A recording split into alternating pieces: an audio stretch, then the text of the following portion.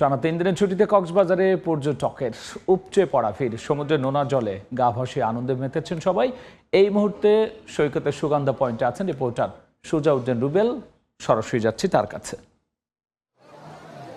তীব্র গরম, এই তীব্র গরমকে মানিয়ে নিয়ে কিন্তু কক্সবাজারে টানা যে ছুটি চলছে সেই ছুটিতে বিপুল সংখ্যক পর্যটক যারা আনন্দে মেতে রয়েছেন।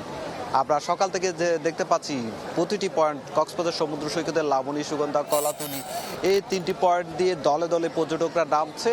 এখন যে তাপমাত্রা যেমন বাড়ছে ঠিক তেমনি মানুষের উৎপাতও যেমন বাড়ছে। ঠিক আমরা লক্ষ্য করছি সমুদ্রের যে নোনা জল, সেই নোনা জলের ঢেউ, তাপমাত্রা যেমন ঢেউর যে উত্তাপ বাড়ছে সেই উত্তাপের মাঝেও কিন্তু পর্যটকরা তারা আনন্দ করছে। একদিকে তীব্র গরম, অন্যদিকে যে প্রশান্তি, নোনা জলের যে সেই প্রশান্তির খুঁজে কিন্তু পর্যটকরা নেমে পড়েছেন। আমরা লক্ষ্য করছি পর্যটকরা ঢেউয়ের সঙ্গে তারা ঢেউয়ের বাধা ডিগিয়ে সমুদ্র স্নান করছে, পাশাপাশি যে টিউব রয়েছে সেই টিউবে করে গা ভাসিয়ে তারা আনন্দ করছে। আবার অনেকেই দেখতে পাচ্ছি যে জ্যাডিস্কি রয়েছে, সে জ্যাডিস্কি যুগে কিন্তু বিশাল বিশাল ঢেউকে বাঁধা পেরিয়ে নোনা জলের যে নীল জলরাশি সেই জলরাশি দেখছে। অন্যদিকে বালিয়াড়ি রয়েছে, সে বালিয়াড়িতেও লক্ষ্য করছি অনেকে বালু চড়ে, বালু নিয়ে পরিবার নিয়ে বালু নিয়ে খেলা করছে, পাশাপাশি ছবি তুলছে।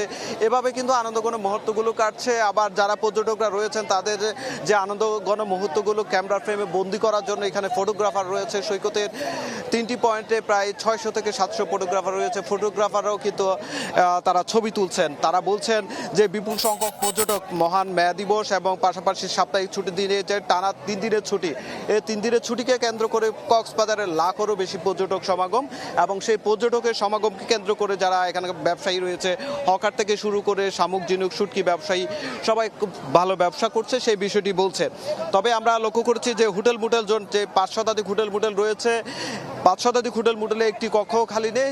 যেহেতু বিপুল সংখ্যক পর্যটক এসেছে সেক্ষেত্রে বিপুল সংখ্যক পর্যটকে ভরে গেছে কক্সবাজার সমুদ্র সৈকত সহ হোটেল মোটেলগুলো। সবখানে আনন্দ উৎসব চলছে।